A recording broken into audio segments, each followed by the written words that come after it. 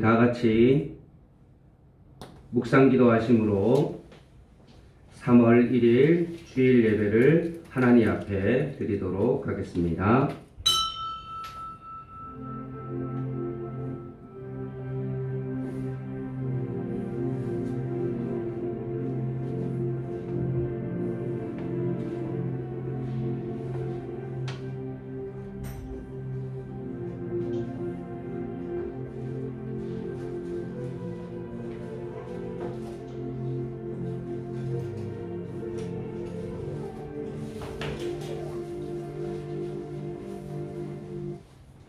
여호와께 감사하라. 그는 선하시며 그 인자하심이 영원함이로다.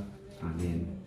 하나님 아버지, 오늘도 저희들이 함께 예배하며 주님 앞에 나아가오니 하나님께서 이 예배 가운데 임재하여 주시고 영상으로 함께 예배드리는 성도들의 심령 가운데도 주님께서 크신 은혜 베풀어 주시옵소서. 예수님의 이름으로 간절히 기도드립니다. 아멘.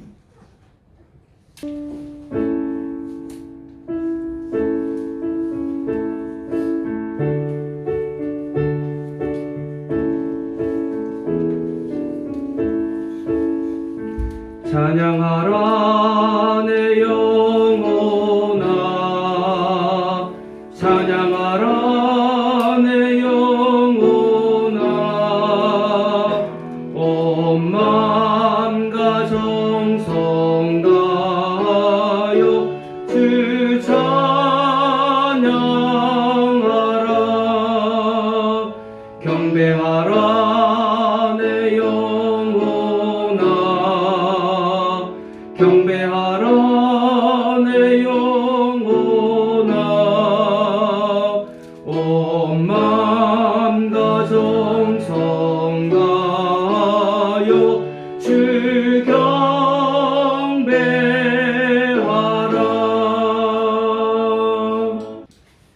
여호와는 나의 빛이요 나의 구원이시니 내가 누구를 두려워하리요. 여호와는 나의 생명의 능력이시니 내가 누구를 무서워하리요. 악인들이 내 살을 먹으려고 내게로 왔으나 나의 대적들 나의 원수들인 그들은 실족하여 넘어졌도다. 아멘.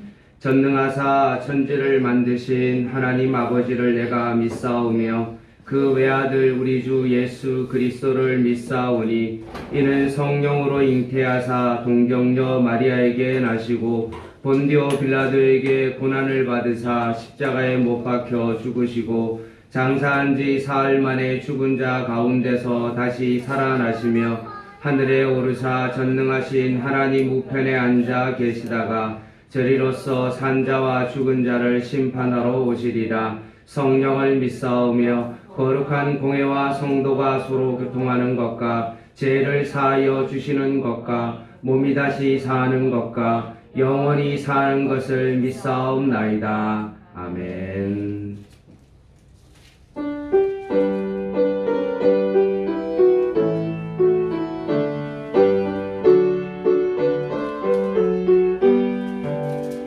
주는 너를 기르시는 목자요, 나는 주님의 귀한 어린 양. 푸른 풀밭 맑은 시냇 물가로 나를 늘 인도하여 주신다. 주는 나의 좋은 목자, 나는 그의 어린 양. 저를 따라 꼴을 먹여주시니 내게 부족함 전혀 없어라. 예쁜 새들 노래하는 아침과 노을 비키는 고운 황혼에 사랑하는 나의 목자 음성이 나를 언제나 불러주신다. 주는 나의 좋은 목자, 나는 그의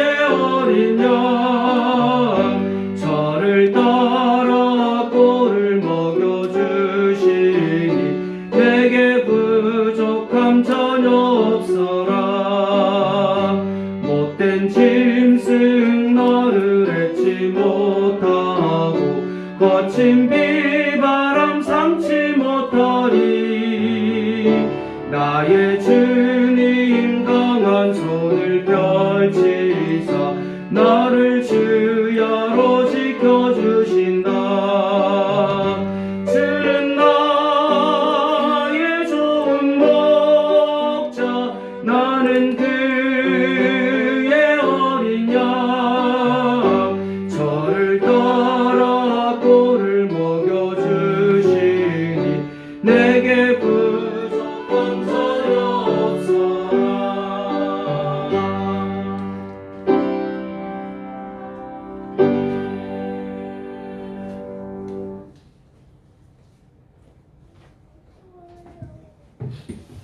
자비롭고 은혜롭고 노하기를 더디하시는 하나님, 이 아침에 주님을 찬양합니다. 온 땅에 봄비를 촉촉히 내려주셔서 새로운 싹이 돋아나고 생명이 움트게 하심을 감사드립니다. 하지만 동시에 전 세계는 코로나 바이러스로 인한 죽음의 공포에 휩싸여 있습니다. 눈에 보이지 않기에 대처에 한계가 있으며 확진자가 급속도로 늘어나고 있어 사회 전체에 불안감이 가득합니다. 특별히 중국 우한 지역과 대구 경북 지역에 사는 생명들을 불쌍히 여겨주시고 확진자가 적절한 치료를 받아 속히 치유될 수 있도록 은혜 베풀어 주시길 원합니다. 또한 코로나 바이러스가 더 이상 퍼지지 않고 끝나기를 구합니다. 이번 코로나 사건을 통해 우리 자신을 돌아봅니다. 하나님보다 자신의 힘을 의지했던 우리의 교만함을 용서하여 주시고 자신만을 생각하는 이기주의를 버리고 하나님의 명령대로 순종하였던 믿음의 선배들을 본받아 공동체성을 회복하고 세상과 구별된 길을 걸어가게 하옵소서. 이번 사건으로 신천지의 죄악을 드러내어 주시고 미혹된 영혼들이 회개하고 돌아올 수 있는 기회로 삼아 주옵소서. 코로나로 인해 가정에서 영상으로 예배를 드리고 있는 성도들을 축복하여 주시고 함께 모여 예배 드릴 날을 더욱 소망하게 하소서. 민수기를 함께 읽고 있습니다. 광야를 걷는 이스라엘 백성의 모습에서 광야 같은 우리의 삶이 위로받게 하시고 하나님의 뜻이 무엇인지 고민하고 순종하는 하루하루 되게 하소서. 예수님의 이름으로 기도드립니다. 아멘. 하나님의 말씀은 빌레몬서 1장 1절부터 3절까지 말씀입니다. 제가 봉독하겠습니다. 신약성경 350쪽에 있습니다. 하나님의 말씀을 경청하십시오. 그리스도 예수를 위하여 갇힌 자 된 바울과 및 형제 디모데는 우리의 사랑을 받은 자요 동력자인 빌레몬과 자매 아비아와 우리와 함께 병사된 아키뽀와 내 집에 있는 교회에 편지하노니 하나님 우리 아버지와 주 예수 그리스도로부터 은혜와 평강이 너희에게 있을지어다. 아멘. 득송하도록 하겠습니다.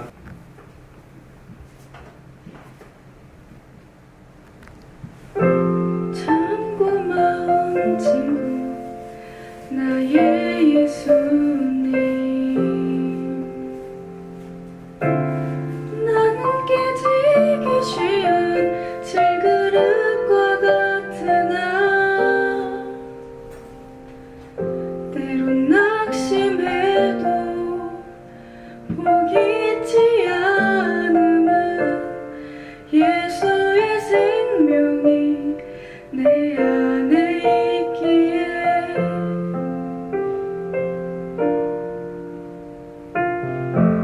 내 삶의 동행자 나의 예수님,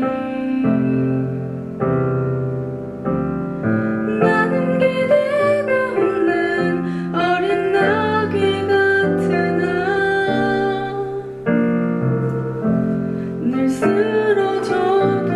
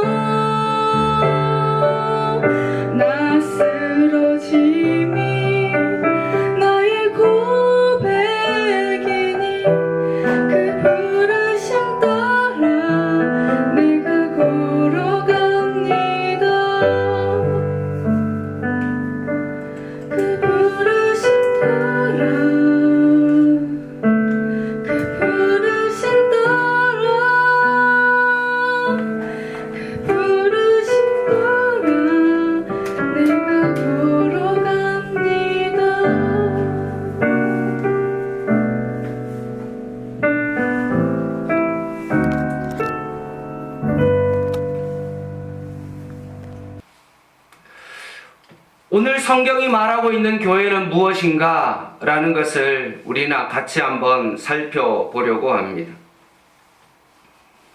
창세기 1장 2장에 보면 하나님께서 우주 성전을 창조하셨습니다.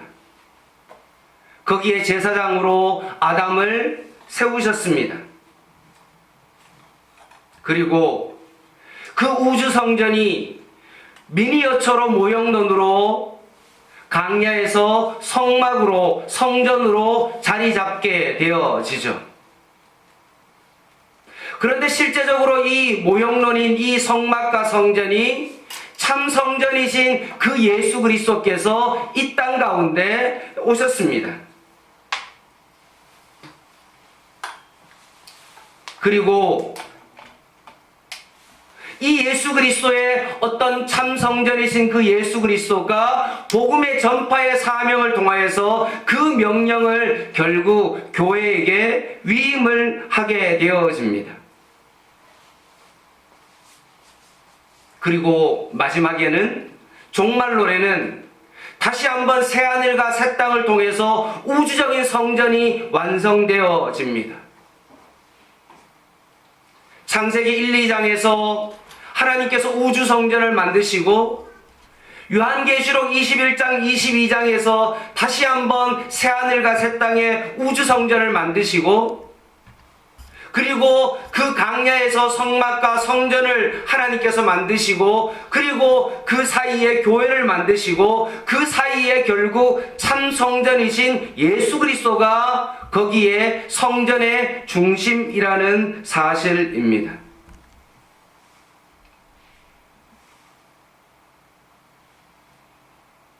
우리는 교회의 개념이 자꾸 건물에 매여 있는 것이 아니라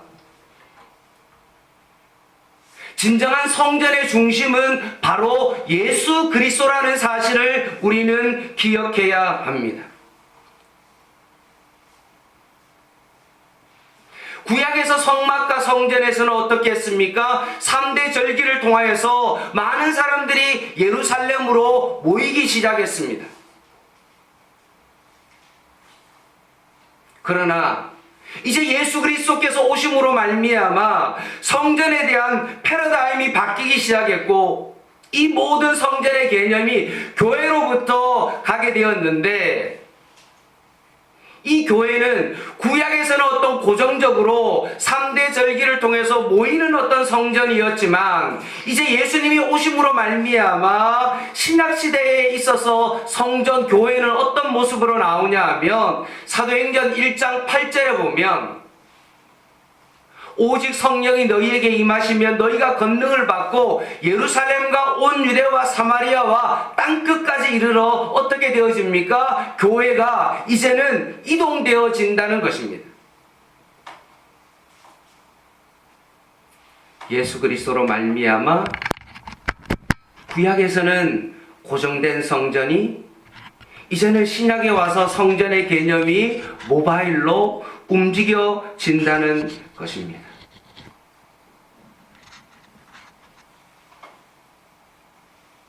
성전의 핵심은 예수 그리스도이며 예수 그리스도의 오심으로 말미암아 패러다임이 바뀌어졌고 교회의 모습은 이제 움직이기 시작했고 그 움직임의 가장 기초가 되어지고 가장 중요한 것이 어디라는 것입니까? 바로 움직이는 교회의 핵심은 어디입니까? 바로 그것은 가정입니다.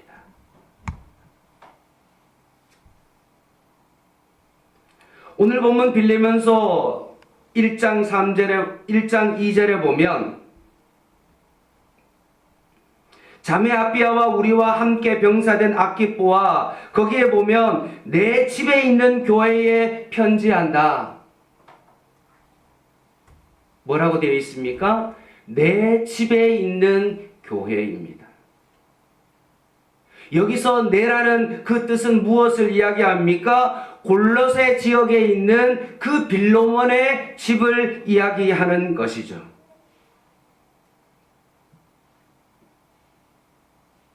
골로새 지역에 예수 믿는 사람들이 의논을 합니다. 야, 우리 어디서 모여서 예배를 드릴까? 그들이 생각하기에 모여서도 정말로 부담이 없고 마음 놓고 기도하고 정말로 가정에 좋은 분위기가 있는 그런 집이 어디에 있을까라고 찾았을 것입니다. 그때 결정한 집이 누구의 집이라고요? 바로 빌레몬의 집입니다. 누구나 마음 놓고 함께 올 수 있고 같이 성경을 펴놓고 예배하고 이야기할 수 있는 그 집이 누구의 집입니까? 바로 빌레몬의 집이 된 것입니다. 빌레몬의 집은 다른 교인들이 보기에 모범이 되었고 저 사람의 집에 가서는 정말로 우리가 함께 예배를 드릴 수 있다라고 결론을 내린 겁니다.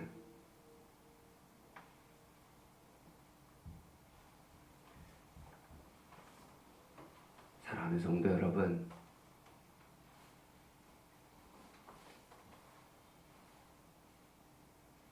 가정에 교회를 가진 집은 다른 어떤 집보다 낫습니다. 오늘 예수님이 각자의 마음속에 이렇게 질문을 합니다.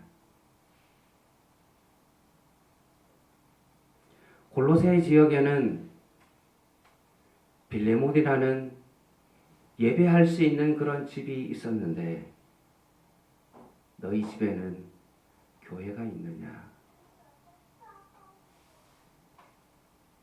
만약 주님이 여러분에게 묻는다면 주님, 우리 집에도 교회가 있습니다 라고 대답을 할 수 있다면 너무나 감사한 일이지만 그러나 실제로 상당수의 교회 성도들은 어떻습니까? 정말로 우리 집에도 교회가 있습니다라고 자신있게 대답할 수 있는 사람이 생각보다 그렇게 많지 않다는 것입니다. 우리는 모두 가정에서 태어났고 가정에서 자랍니다. 가정이 없이는 우리는 존재할 수가 없는 것입니다. 우리는 가정에 몸을 담고 있고 우리의 관심은 가정입니다. 가정이라는 가장 기본 단위에서 출발하고 이것이 출발해서 물론 지역과 나라와 세계로 연결되어지지만 결국 되돌아오는 것은 어디입니까? 사실은 가정입니다. 우리의 사고는 사실 가정에서 출발하고 결국 돌아오는 것은 가정입니다. 가정과 우리의 신앙은 절대로 떼어놓을 수가 없는 것입니다. 우리는 성경을 읽으면서 생각보다 성경에는 가정의 용어들이 너무나 많이 사용되고 있다는 것입니다.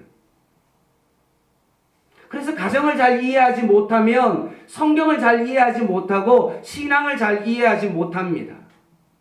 예를 들면 이런 것입니다. 우리는 하나님을 뭐라고 부릅니까? 아버지라고 부릅니다. 그 용어가 어디에서 나왔습니까?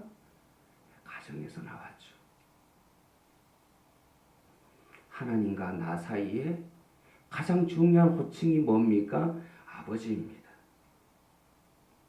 내가 만약에 가정에서 아빠를 제대로 정말로 부를 수 없다면 우리의 신앙 가운데 하나님을 아버지라고 부르는 것은 너무나 힘들기 때문에 그렇습니다. 성경을 이해하기 위하여 가정을 알아야 되고 신앙을 잘 하기 위하여 가정이 너무나 중요합니다. 오늘 하나님께서 우리에게 질문합니다. 너희의 집에 교회가 있느냐?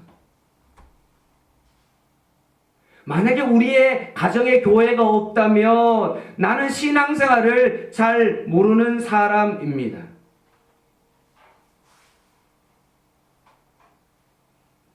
우리는 이 건물이라는 이 양문교회라는 이 공동체에서 가정교회로 반드시 이어져야 된다는 것이죠. 그런 의미에 있어서 이번 코로나19 바이러스 확산 차원에서 하나님께서 우리에게 주시는 것은 너희가 이제 양문교회라는 어떤 공동체로서 한 몸의 소중함을 이제 알았다면 이제는 이것이 확산되어서 어디로 가야 된다는 것입니까? 가정의 교회로 이어져야 된다는 것을 하나님께서 우리에게 가르쳐 주고 있는 것입니다.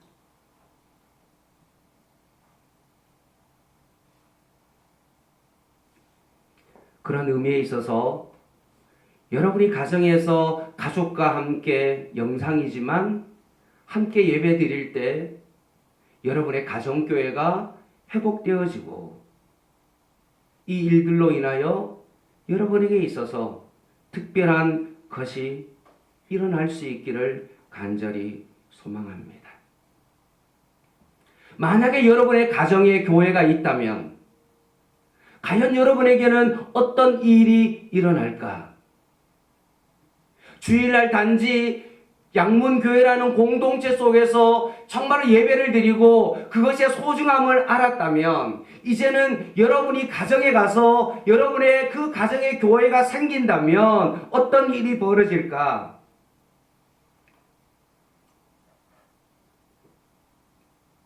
첫 번째는 예수 그리스도를 절대 권위로 인정하게 됩니다.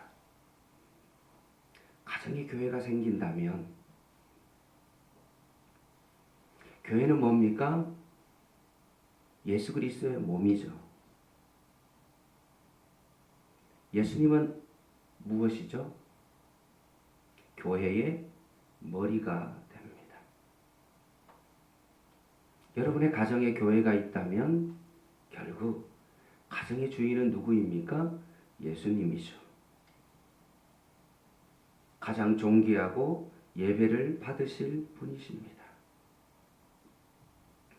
온 식구들이 한자리에 모여서 함께 예배하고 하나님 앞에 찬양하고 하나님 앞에 기도하며 그분의 권위를 인정하는 자리에서 하나가 되어지는 것이 뭡니까?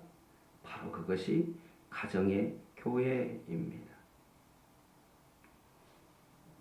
오늘의 가정은 어떻습니까? 절대 권위에 부재가 있습니다. 이제 부모가 자녀들에게 군림하는 그런 시대는 이제 끝이 났습니다.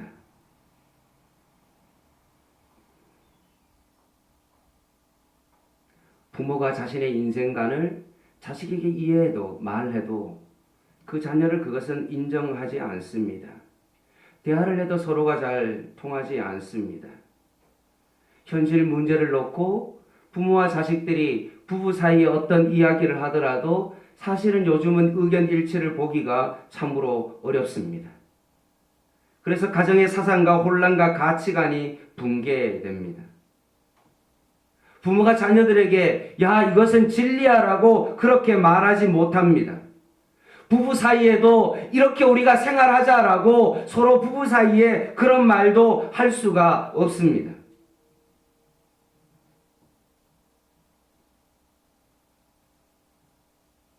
사랑하는 성도 여러분,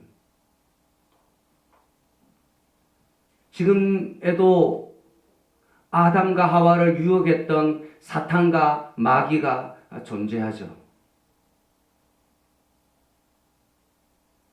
과연 그 사탄은 어디를 공격할 수 있을까요? 사탄의 가장 주 타켓 목표가 어디일까요? 과연 건물 교회일까요? 정말로 마귀와 사탄이 정말 건물 교회를 두려워할까요?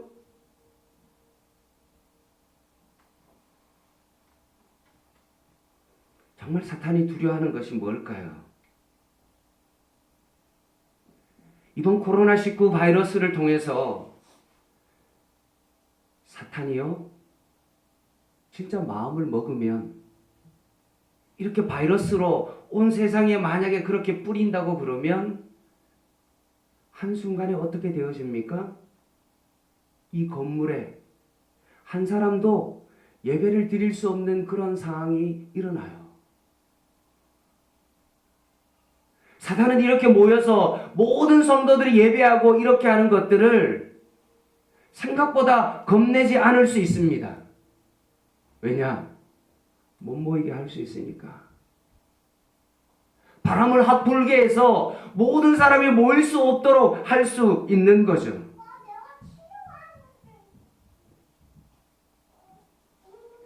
마귀가 진짜 두려워하는 게 뭘까요? 그것은 성도들이 흩어져서 각 가정마다 모여서 하나님 앞에 예수 중심으로 가정교회를 이루는 것입니다.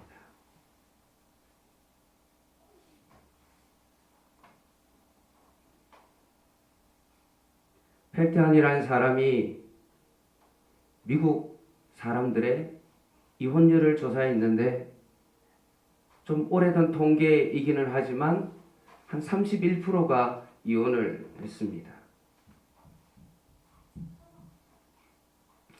그런데 어떤 목회자가 자신이 주례해준 신혼부부들을 27년 뒤에 일일이 점검해 본 결과 143상 중에서 이혼자가 25명이었습니다. 생각보다 10%가 안 됐죠.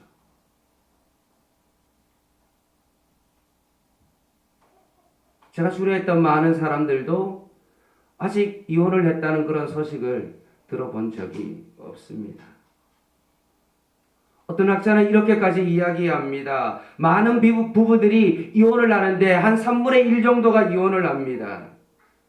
그런데 주일날 정말로 예배를 드리고 온 가족이 그래도 주일날 예배를 드리는 어떤 그런 쌍은 이혼이 가정이 깨어지는 사고가 터질 그런 확률은 40분의 1입니다. 그런데 어떤 가정은 주일날 그냥 온 가족이 예배만 드리는 것이 아니라 때로는 집으로 돌아와서 가정에서 예배를 드리고 틈틈이 성경도 읽고 함께 기도하고 찬송 소리가 들리는 그런 가정은 어느 정도냐 하면 이혼할 확률이요 400분의 1입니다. 가정이 깨어지고 사고가 터질 확률은 400분의 1이었습니다. 무엇을 이야기합니까? 가정교회가 살아있다면 삶이 달라집니다. 왜 그런 일이 일어날까요? 왜 가정 안에 그런 사고가 터지는 것이 그렇게 줄어드는 이유가 뭘까요? 그것은 바로 하나님 앞에 가정교회를 세우고 그렇게 하나님 앞에 찬송하는 가정에 그 절대 권위가 어디에 있습니까? 예수님께 있기 때문에 그렇습니다. 전도자 빌리 그레함 목사님이 가정에서 10가지를 해야 되는데 그 첫 번째가 뭐냐 하면 하나님의 명령 체계를 수립하라. 되게 군대 용어처럼 들리죠. 어려운 말이 아닙니다. 예를 들어서 국가에는 뭐가 있습니까? 명령 체계가 있습니다. 그런데 그 명령 체계가 무너지면 어떻게 됩니까? 모든 군대가 오합지졸이 되죠. 공장에도 뭐가 있습니까? 명령 체계가 있습니다. 좋은 제품을 만들려면요, 분명히 명령 체계가 있습니다. 마찬가지로 건전한 가정이 되려면 그 가정 안에는 뭐가 있습니까? 하나님의 그 절대 권위를 인정해야 되고 교회의 머리 대신 그 주 예수 그리스도의 어떤 절대 권위가 서야만이 그 가정이 어떻게 되어집니까? 올바른 가정이 될 수가 있습니다. 왜냐하면 그 예수 그리스도께서 가정의 영적인 육적인 것들을 치유하시고 그 가정을 다스리기 때문에 그렇습니다.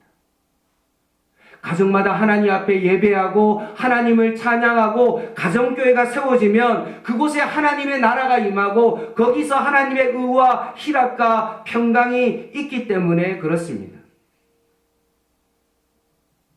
어렸을 때 저희 집에 이상한 대륙을 가다가 갑자기 사진자가 사진을 찍었는데 뭔가 이렇게 검은 점들이 있는 어떤 그런 액자가 늘 걸려 있었습니다. 그 밑에 거기에 이런 문구가 있습니다. 이 집은 살아계신 그리스도께서 주인이시오. 식사 때마다 보이지 않는 손님이시오. 모든 대화에 말없이 듣는 이시라.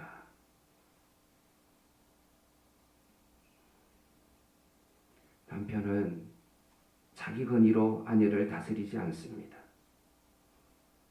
부모는 자신 권위로 자녀를 끌고 가지 않습니다. 아내는 할 수 없어서 남편에게 굽실거리는 것이 아니라 덕과 사랑으로 아름다움을 가지고 아빠를 위하여 그리고 자녀를 위하여 그들에게 주님의 사랑을 베풉니다. 자녀는 어쩔 수 없이 부모를 공경하는 것이 아니라 예수 그리스도께서 그렇게 우리에게 명령하셨기 때문에 부모를 공경할 수 있습니다. 모든 명령이 어디서부터 나옵니까? 예수님으로부터 나옵니다. 아빠도 그분의 명령으로부터 가정의 가장이 되어지고 아내도 그분의 명령으로부터 말미암아 제사장이 되어지고 자녀도 그분의 명령으로부터 모든 것을 판단합니다. 가장 비참한 가정은 어떤 가정인 줄 아십니까? 자꾸 아빠의 권위로 가정을 다스리려고 하는 것입니다.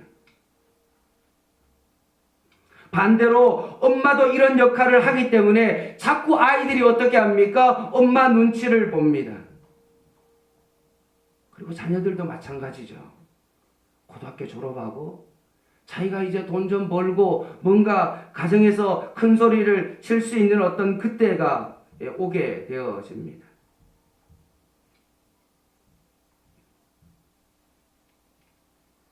예수님을 절대 권위로 모시는 교회가 없기 때문에 그렇습니다. 예를 들어 보겠습니다. 이 부분이 좀 피부로 잘 안 닿을 수도 있는데 과연 예수님을 절대 가정으로 모시는 성경에 한 사람이 있는데 그 사람이 누구냐 하면 한 4, 5천 년 전에 나오는 욥이 있습니다.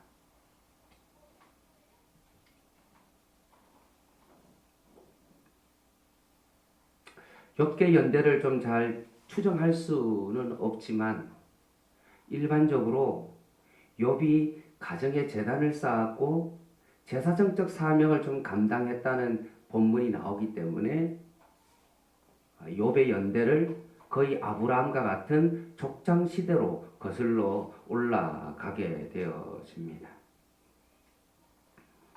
거기 욥기 1장에 보면 욥은 동방의 의인이라고 말했고 되게 파워가 있는 사람이었습니다. 재산 있고 덕망이 있었습니다.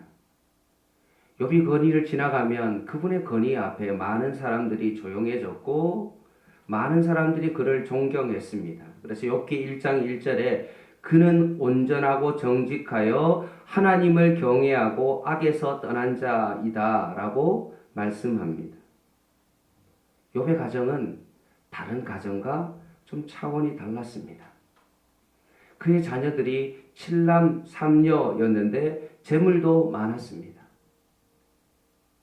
10남매가 있는데 10남매가 생일 때마다 가정에서 모여서 잔치를 벌입니다. 부모까지 합하면 12명의 사람이 있는데 예를 들어서 한 달에 한 번씩 생일이 있다면 결국 1년 중에 12번은 매달마다 생일을 하게 되어집니다. 근데 한 번 잔치를 하게 되면 그냥 우리처럼 그냥 밥 먹고 헤어지는 것이 아니라 맨날 며칠을 잔치를 베풀입니다. 욥이 생일 잔치를 하면서 걱정스러운 것이 뭔지 아십니까? 밥값이 얼마 나올까? 그런 걱정 안 했어요. 혹시 이놈들이 날 빼놓고 뭐 다른 일을 하는 것은 아닐까? 그런 생각하지 않았어요. 욥기 1장 5절에 보면 욥의 마음 가운데 걱정 하나가 있었습니다. 그 걱정이 뭔지 아십니까? 혹시나 이 잔치를 통하여서 우리의 아들들이 죄를 범하여, 거기 뭐라고 되어 있냐면 마음으로 하나님을 욕되게 하였을까 함이라. 욥은 자녀들이 뭔가 행동으로 죄를 범하는 어떤 그런 것을 걱정하는 것이 아니라 정말로 보이지 않는 그 내면 속에 혹시나 하나님을 인정하지 않고 하나님을 무시하거나 욕하거나 어떤 그런 것이 일어나지 않을까라는 그런 염려가 있었던 것입니다. 다른 말로 하면 그 욥의 가정 가운데 하나님의 절대 권위에 대한 그 순종하는 그 마음을 혹시나 그들이 놓치지 않았는지에 대해서 욥은 오히려 점검을 합니다. 그래서 늘 생일 잔치가 끝나면 어떻게 했습니까? 자녀들을 다 다시 불러 모읍니다. 그리고 그들에게 이야기합니다. 얘들아, 예배 드리자. 어떻게 예배를 드렸습니까? 첫째 아들, 너 이리 와봐. 너 양 잡아와. 그리고 어떻게 합니까? 첫째 아들이 그 양에게 손을 얹고 하나님 앞에 기도합니다. 혹시나 하나님, 제 마음속에 하나님을 무시하거나 혹시나 저도 모르게 하나님 앞에서 범죄했던 것들이 있다면 하나님 용서해 주십시오 라고 자신의 죄를 고백할 때 그 죄가 어떻게 됩니까? 그 양으로 전가되어집니다. 양의 피를 통하여 용서를 받습니다. 그리고 가당제단에서 그것을 올려드립니다. 그리고 어떻게 할까요? 욥과 그 아들이 함께 하나님 앞에서 무릎 꿇고 기도하죠. 하나님, 이 가정에 우리 큰 아들이 행여나 마음으로 하나님 앞에 죄 지은 것을 용서해 주시고 이 아들을 사랑해 주십시오 라고 욥은 하나님 앞에 기도를 드립니다. 몇 번을 했을까요? 10번이나 했습니다. 생일이 끝난 다음에 10명의 자식들을 불러 모아서 뭘 했다고요? 하나님 앞에 한 자식 한 자식을 위해서 뭐 했습니까? 예배하고 그를 위해서 기도했습니다. 우리의 가정을 한번 되돌아보십시오. 어떻습니까? 우리 자식들이 무슨 죄든지 사실은 겉으로 드러나지 않으면 그것에 있어서 아무런 문제가 되지 않죠. 자녀를 위해서 기도해 줄 필요가 없습니다. 겉으로는 아무런 문제가 없으니까. 그런데 여러분, 진짜 중요한 것이 뭡니까? 내가 자녀의 마음속에 행여나 나쁜 생각을 품을까? 그 자녀를 위해서 눈물로 기도하는 것이 필요합니다. 이 모든 것이 어디서부터 나왔다고요? 욥이 하나님 앞에서 진짜 예배하고 가정교회에서부터 출발하고 그 가정의 주인이 예수 그리스도임을 인정하고 선포하며 그분의 절대 권위 앞에 무릎 꿇는 그런 가정이 되어야 됩니다. 그렇게 예수 그리스도의 그 절대 권위 앞에 무릎 꿇고 예배하는 그런 가정은 어떤 가정입니까? 그 가정이 진짜 행복한 가정이에요. 여러분, 이상한 말처럼 보일지 모르지만 정말 여러분 행복합니까?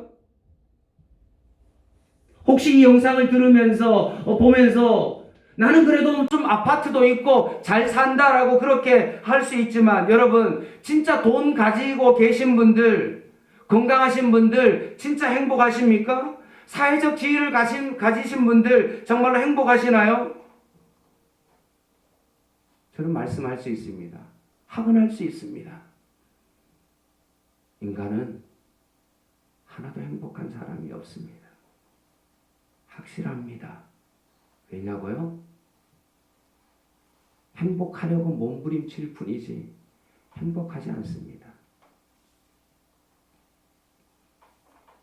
예전에 어렸을 때 모든 개 이름이 뭡니까? 메리예요.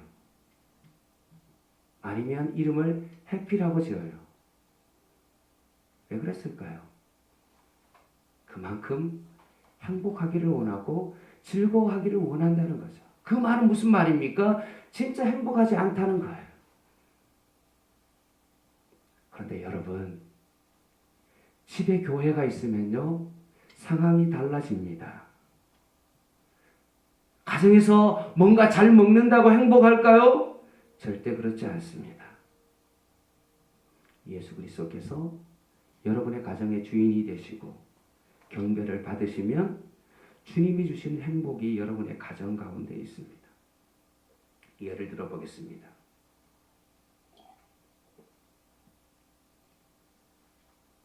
남편이 잘 다닌 직장에서 실직을 했습니다. 경제적인 압박 속에 엄청난 진통을 겪습니다. 가정에 돈이 없어지면 어떻습니까? 생활이 쪼달리고 단란한 가정에 구름이 끼죠. 나름대로 아빠는 뭔가 자신이 가장으로서 그것을 책임지기 위해서 자녀들에게 정말 아내에게 좋은 소식을 주기 위해서 밤낮 없이 뛰어다녀도 신통한 것이 없습니다. 어느 날 그날도 동일하게 그렇게 열심히 구인구직도 하고 뭔가 하기 위해서 열심히 했지만 아무것도 얻지 못하고 맥이 빠진 채로 집에 들어옵니다. 아내는 남편이 들어오는 걸 딱 보면 눈치채죠. 아, 오늘도 헛탕을 쳤구나.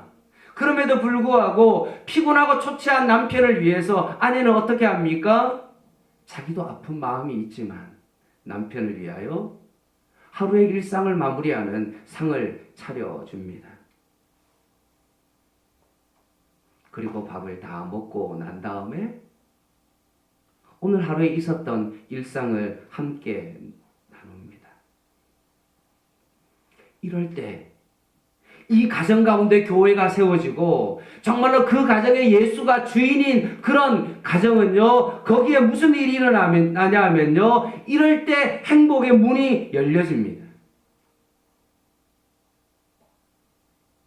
오히려 하루의 일상을 나누고 있었던 일들 가운데 아내가 진실한 마음으로 남편을 위해서 기도하고 그 남편의 삶을 위하여 마음을 드릴 때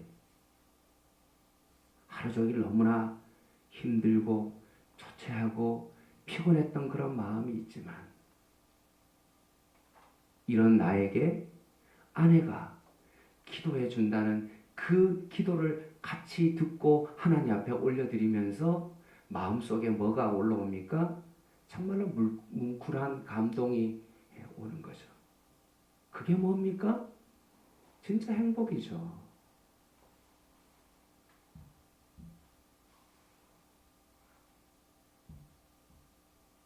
100만 원짜리 음식을 먹어야 행복이 아니라 몇백만 원짜리 멋있는 옷을 입어야 행복이 아니죠. 또 다른 예를 들겠습니다. 자녀가 고3이에요. 대입 수능 시험을 쳐야 되는데 아이가 공부를 너무나 안 합니다. 그때 어떻게 해야 됩니까? 예수 그리스도가 그 가정의 주인이시고 그분의 건의 앞에 있는 엄마라면 그때 뭘 하는 거죠? 엄마가 아이를 불러놓고 기도하죠. 하나님, 귀한 아들 주셔서 참으로 감사합니다. 건강하게 하시고 공부하게 하심을 감사합니다. 이때 아들도 그 엄마의 기도 소리를 듣고 난 다음에 아들도 마음을 열고 대화를 하고 함께 기도합니다. 엄마가 기도가 끝난 다음에 아이에게 이야기합니다. 힘들어도 열심히 해봐.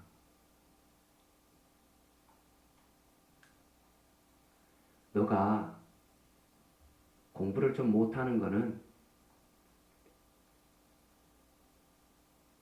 머리 나쁜 것은 날 닮아서 그래. 힘내라. 라고 그렇게 격려해 줄 때 아들이 뭐라고 말할까요? 엄마, 최선을 다해 볼게요. 너무 염려하지 마세요. 그게 뭘까요? 행복이죠. 명문대학교에 들어가는 것이 행복이 아니라 바로 예수 그리스도를 주인으로 모시고 가정에 교회가 있고 거기에 자녀와 남편과 아내와 부모를 위해서 기도하는 그곳에 뭡니까? 진정한 행복이 있죠.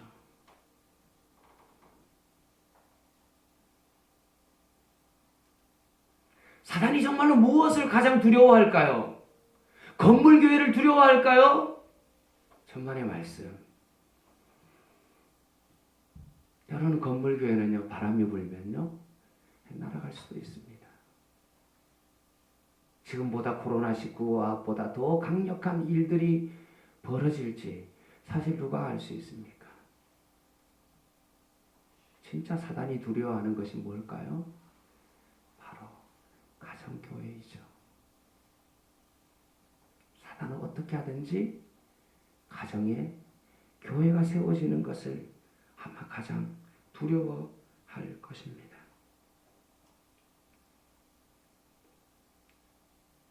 이것이 바로 가정의 행복입니다.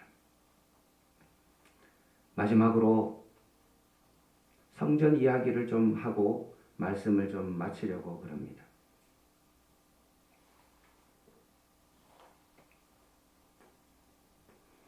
구약의 다윗이 성전을 짓고 싶어 했고 솔로몬의 성전이 결국 지금의 예수 그리스도께서 이 땅으로 성전으로 오시고 그것이 바로 교회로 연결되어집니다.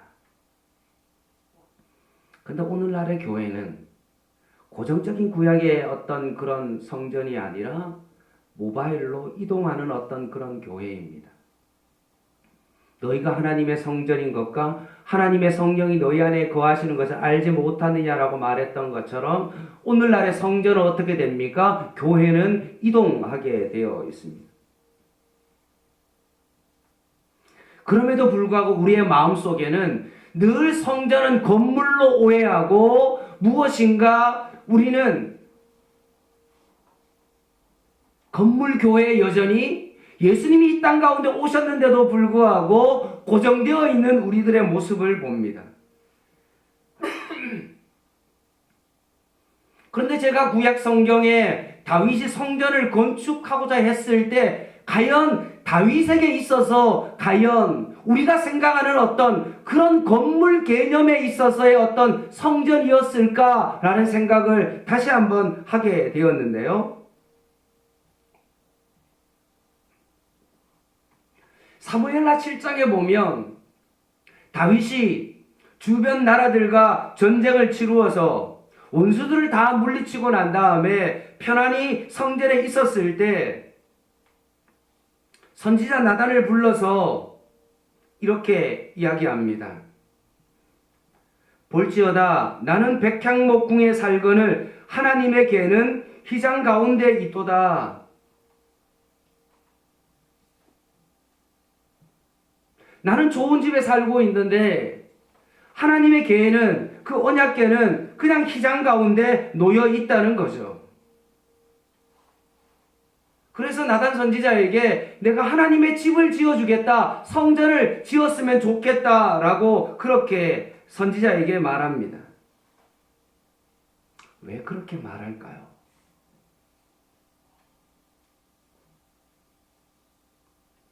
하나님은 우주를 창조하신 분이시고 어디에도 계신데도 불구하고 굳이 하나님을 위해서 하나님이 머물 그 집이 사실 필요할까요? 그렇지는 않죠. 그럼에도 불구하고 하나님께서 거하시는 그 장소로 하나님께서 성전되어 주셨습니다. 그랬을 때 왜 다윗이 그렇게 성전을 짓고 싶어 하셨을까? 물론 자기가 전쟁에서 피를 많이 흘러서 성전을 짓지 못하고 그 모든 재료를 준비해서 솔로몬이 성전을 지었지만 정말로 다윗이 성전을 지으려고 했던 그 마음이 뭘까? 다윗에게 있어서 과연 집은 뭘까라는 거죠. 사무엘상 16장에 보면 사무엘이 다윗의 아버지인 이새의 집에 예배를 드리러 갔습니다. 함께 예배를 드리는데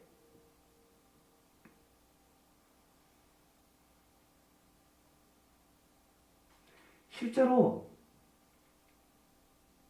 막내 다윗은 어디에 있었습니까? 양을 치고 있었어요. 집 밖에 있었습니다.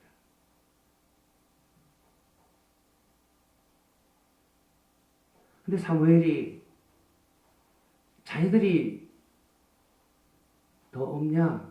라고 했을 때 아버지가 사무엘에게 이렇게 말했습니다. 막내가 있는데 걔는 있으나 마나한 존재다. 볼 필요가 없다. 그렇게 말하자 사무엘이 뭐라고 말했습니까? 걔가 오기 전에는 내가 식사도 안 하겠다. 그래서 기다렸어요. 이것이 뭡니까? 다윗이 처음으로 하나님을 만났을 때의 마음이에요.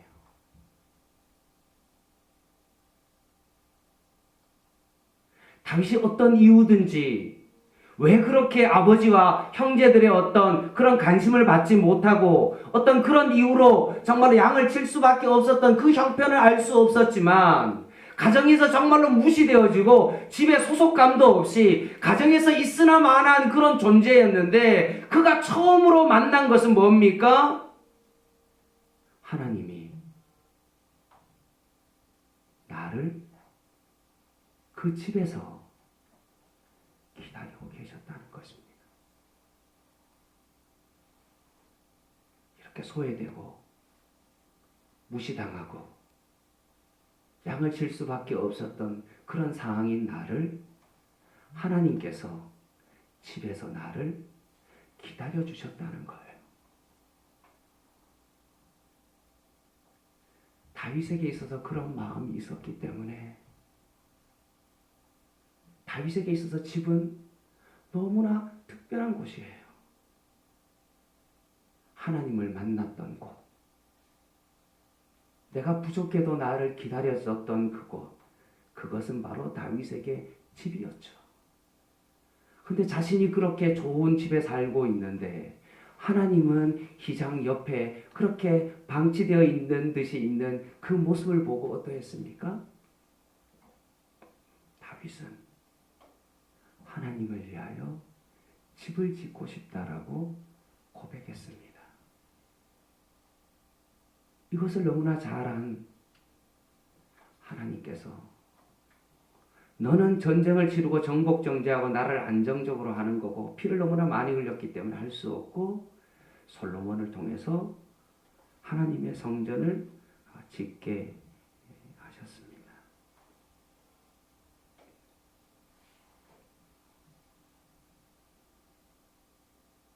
사랑하는 성도 여러분, 성전의 출발점은 사실 건물이 아닙니다. 성전의 출발점은 정말로 하나님 아버지로부터 출발하고 내가 하나님의 사랑하는 그 마음을 통해서 바로 성전이 출발되었다는 것입니다.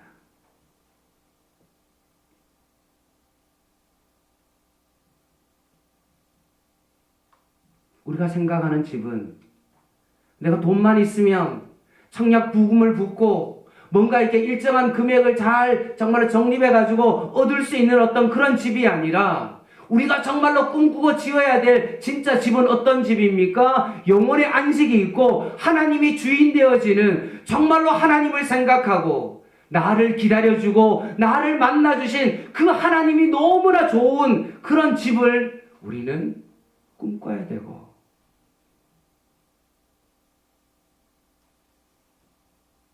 바로 그런 가정교회를 우리는 이루어야 된다는 것입니다. 오늘도 다시 한번 내 집에 있는 교회라는 이 말씀을 통하여서 다시 한번 여러분의 가정에 정말 교회가 세워지기를 원하고, 그 가정의 주인이 바로 예수 그리스도임을 인정하고 그분의 명령 아래서 함께 예배하고 함께 서로를 위해서 기도해 줄 수 있는, 진짜 여러분의 가정이 예수로 인하여 행복한 그런 가정이 되기를 주님의 이름으로 간절히 부탁을 드립니다. 기도하겠습니다.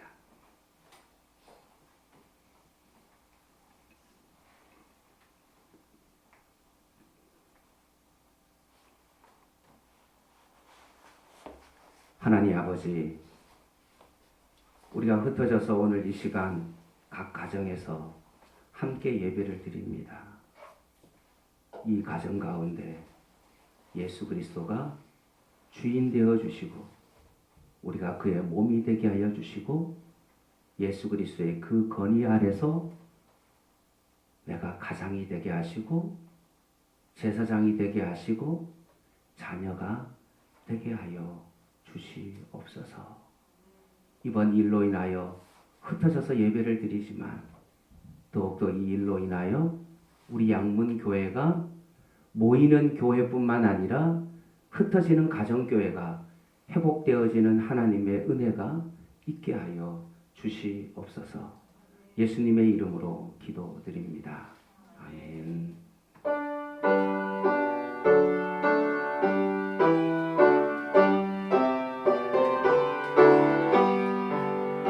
내 주의 나라와 주 계신 성전과 피 흘려 사신 교회를 늘 사랑합니다. 내 주의 교회는 천성과 같아서 눈동자같이 아끼사 늘 보호하시네. 이 교회 위하여 눈물과 기도로 내 생명 다하기까지 늘 봉사합니다.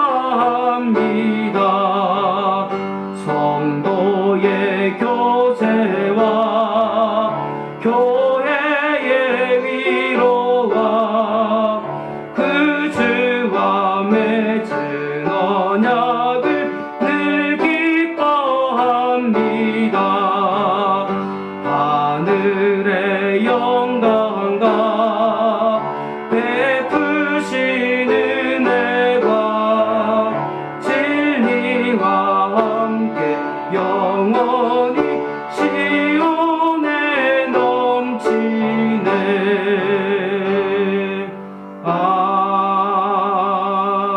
아멘.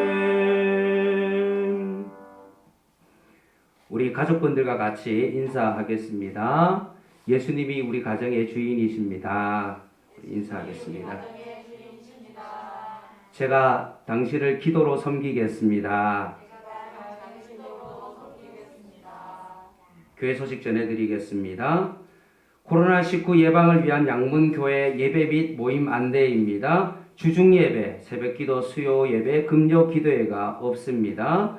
주일 대예배는 예배 영상을 문자로 드리며 컴퓨터 혹은 핸드폰을 통하여서 여러분 교회 홈페이지 아니면 밴드 아니면 여러 가지 유튜브 채널을 통하여서 예배 드릴 수 있으니까 문자를 좀 잘 받으시고 거기에 안내에 따라서 주일 오전 11시에 함께 예배를 드리겠습니다. 언제까지 이렇게 될지는 알 수 없으나 좀 코로나19 바이러스가 조금 잠잠해질 때까지 사태 추이를 주시하면서 다시 한번 결정 공지하겠습니다. 두 번째입니다. 성경 통독 5주차입니다.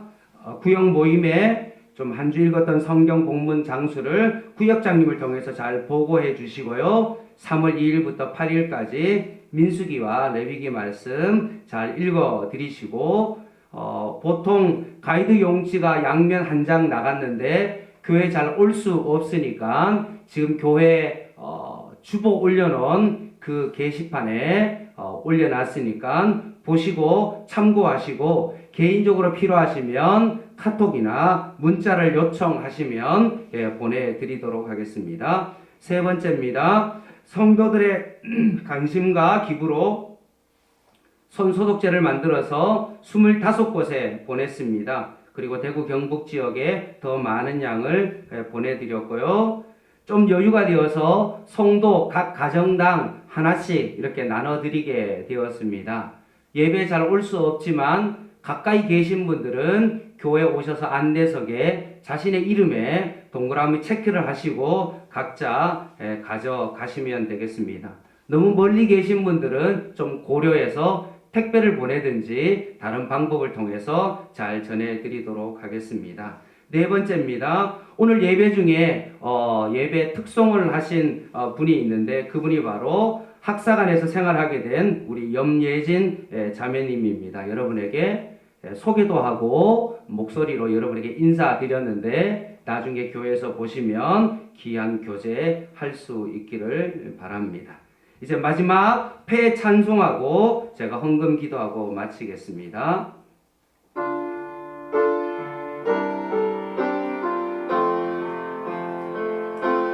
이 땅에 오직 주밖에 없네. 그 무엇도 나를 채울 수 없네. 주님의 평안 내 안에 있네. 그 누구도 빼앗을 수 없네. 이 땅에 오직 주밖에 없네. 그 무엇도 나를 채울 수 없네. 주님의 평안 내 안에 있네. 그 누구도 빼앗을 수 없네.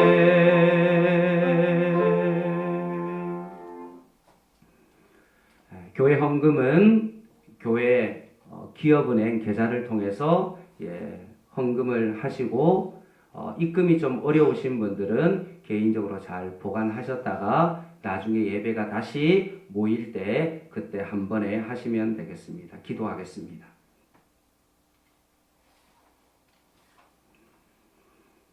하나님 아버지, 흩어진 가정교회로 떨어져서 이렇게 예배를 드리지만 오히려 이번 기회를 통하여서 각 가정의 교회가 세워지게 하여 주시고 다시 한번 예수 그리스도가 그 가정의 주인 되어지는 하나님의 은혜가 있게 하여 주시고 진정한 가정의 행복이 넘쳐나는 계기가 되게 하여 주시옵소서.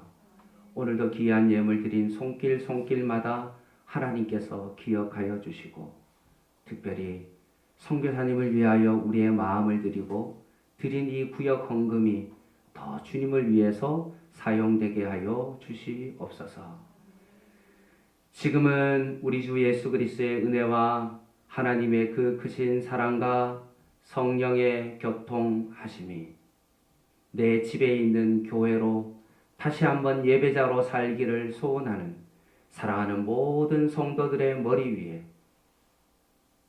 가정 위에, 마음의 소원 위에, 양문 교회 위에, 흩어져 있는 각 교회 위에 지금부터 영원토록 함께 있을지어다.